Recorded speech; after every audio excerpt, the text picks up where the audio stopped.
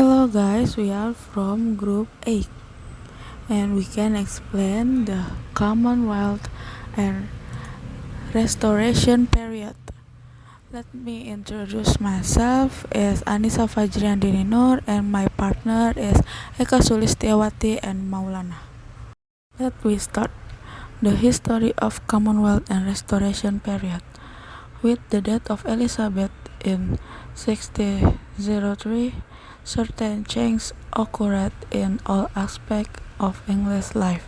The new rule, King James VI, who was known as James I, united England and Scotland and wanted to rule as an absolute monarch without the assistance of the Parliament. He also tried all people follow the teachings of the Church of England. It was during the reign of James that colonial expansion and the British Empire began. Many English people migrated to America, some in the hope of making financial profit and others in order to find religious freedom and freeland. When James' son, Charles I, came to the throne, he followed his father's policy. He even dissolved Parliament in 1629 and continued to discriminate in religious matters against those who were not members of the Church of England. This condition broke a civil war between the Royalists or the Cavaliers and the Roundheads or the Puritans. This second group was also popular as the Nonconformists. Under Oliver Cromwell, the Roundheads or Puritans' success in 1649, the victory of the Roundheads led to the execution of King Charles I. After this, Cromwell became the leader of the Commonwealth, the Lord Protector, and England became a Commonwealth or Republic. Since the Puritans had a very strict religious belief, they closed all theater. They believed that, like horse racing, drama is an entertainment which is not suitable for Christianity. When Cromwell died in 1658, his son was named Lord Protector, but he was less successful than his father. And in 1660, the Commonwealth collapsed. Parliament then invited Charles I's son to return from France. He was made king as Charles II. Although the monarchy was restored, most of the power was held by Parliament, two parties, the Whigs and the Tories, and a prime minister governed the country. On the death of Charles II in 1685, his brother King James II became king. But after he became a Catholic, his reign ended with the glorious or bloodless Revolution of 1688, and no Catholic monarch has reigned since then. The new king and queen was Mary, the sister of Charles and James, and her husband, William of Orange from Holland. The main concern of the time was to avoid another revolution.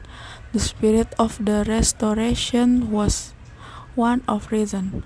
Society didn't want to see again the kind of problems of the first half of the century. The new middle classes had more and more influence as their wealth grew, and they want stability above all. This was also a time of great commercial growth and of scientific advance. The Royal Society was begun in 1662 until 3 from the improving of natural knowledge.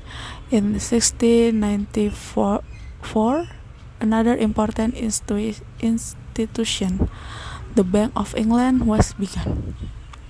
The main philosophical texts behind the thinking of the second half of the century was Leviathan by Thomas Hobbes, written in exile in France in 1651. Hobbes' theory of society is present in the medieval form of an allegory. The Leviathan, a hook animal, is commonwealth and the individual man is totally controlled by the state. Self-interest is man's mind motivation, so a strong state is necessary to keep the article of peace and to control the people of the nation. This very much reflects the society of Britain after the Restoration. A strong government to prevent the risks of another revolution, and self-interest as the driving force behind the individual and the new middle classes. It was also a time of war in Europe, the War of the Spanish Succession lasting from 71st until the Treaty of Utrecht in 1713. The United Kingdom was finally united when the union of the parliaments of England and Scotland took place in 77, but Ireland was still a problem. The Battle of the Boyne in 1619 gave the Protestant victory, although the majority of the population was still Catholic. Milton was an English poet and intellectual who served as a civil servant for the Commonwealth of England under its Council of State and later under Oliver Cromwell. He wrote at a time of religious flux and political upheaval.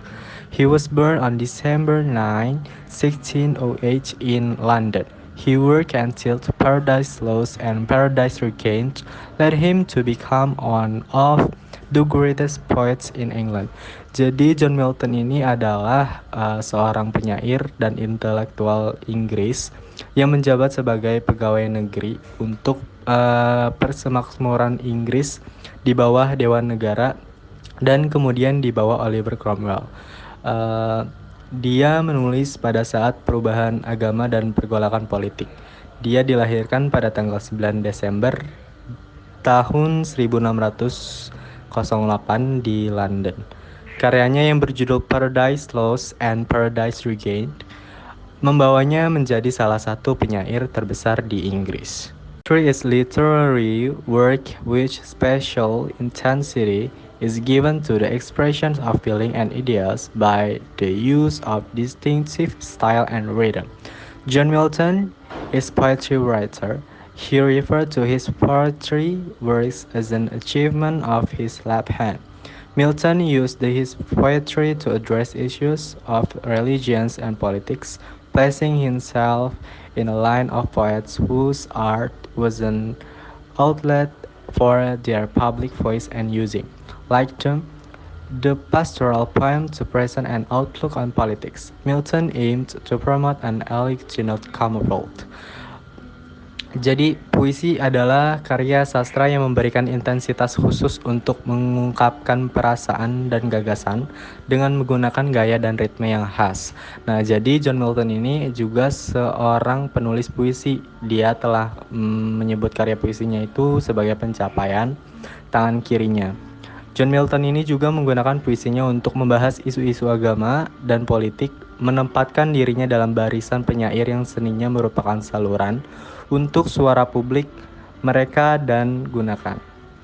Seperti mereka, puisi pastoral untuk menyajikan pandangan tentang politik, Milton bertujuan untuk mempromosikan pencerahan dan persemakmuran. Politics is the set of activities that are associated with making decisions in groups, or other forms of power relations between individuals, such as the distribution of resources or status. The branch of social science and studies politics as government is referred to as political science. Politics were an important part of John Milton's life. Milton enjoyed little wide-scale early success, either in prose and or poetry, until the production of his later controversial political works, starting with the tenure of kings and magistrates and iconoclastes. Jadi politik adalah serangkaian aktivitas yang terkait dengan pengambilan keputusan dalam kelompok atau bentuk lain dari hubungan kekuasaan antar individu, seperti distribusi, sumber daya, ataupun status. Cabang ilmu sosial yang mempelajari politik dan pemerintahan disebut sebagai ilmu politik. Politik adalah bagian penting dari kehidupan John Milton. Milton menikmati sedikit kesuksesan awal berskala luas, baik dalam prosa ataupun puisi, sampai produksi karya politik kontroversialnya yang kemudian dimulai dengan The Tenure of Kings and Magistrates dan Iconoclastes. Jadi John Milton ini adalah seorang penulis puisi dan di kehidupannya itu politik adalah suatu bagian penting di dalam kehidupan John Milton. Post and John Bunyan. John Bunyan was an English writer and poet, best remembered as the another of the Christian allegory, The Pilgrim's Progress. In Attitudes of the Pilgrim's Progress, Bunyan alternately citates many of them express some Bunyan came from the village of Atwells near Bedford. He was born 1628. John Bunyan adalah seorang penulis asal Inggris yang paling dikenal sebagai pengarang Kristen, alegori kemajuan Pilgrim. Selain kemajuan para peziarah, Bunyan menulis hampir 60 judul. Banyak dari mereka memperluas motif. Bunyan datang dari desa Atwells dekat dengan Bedford.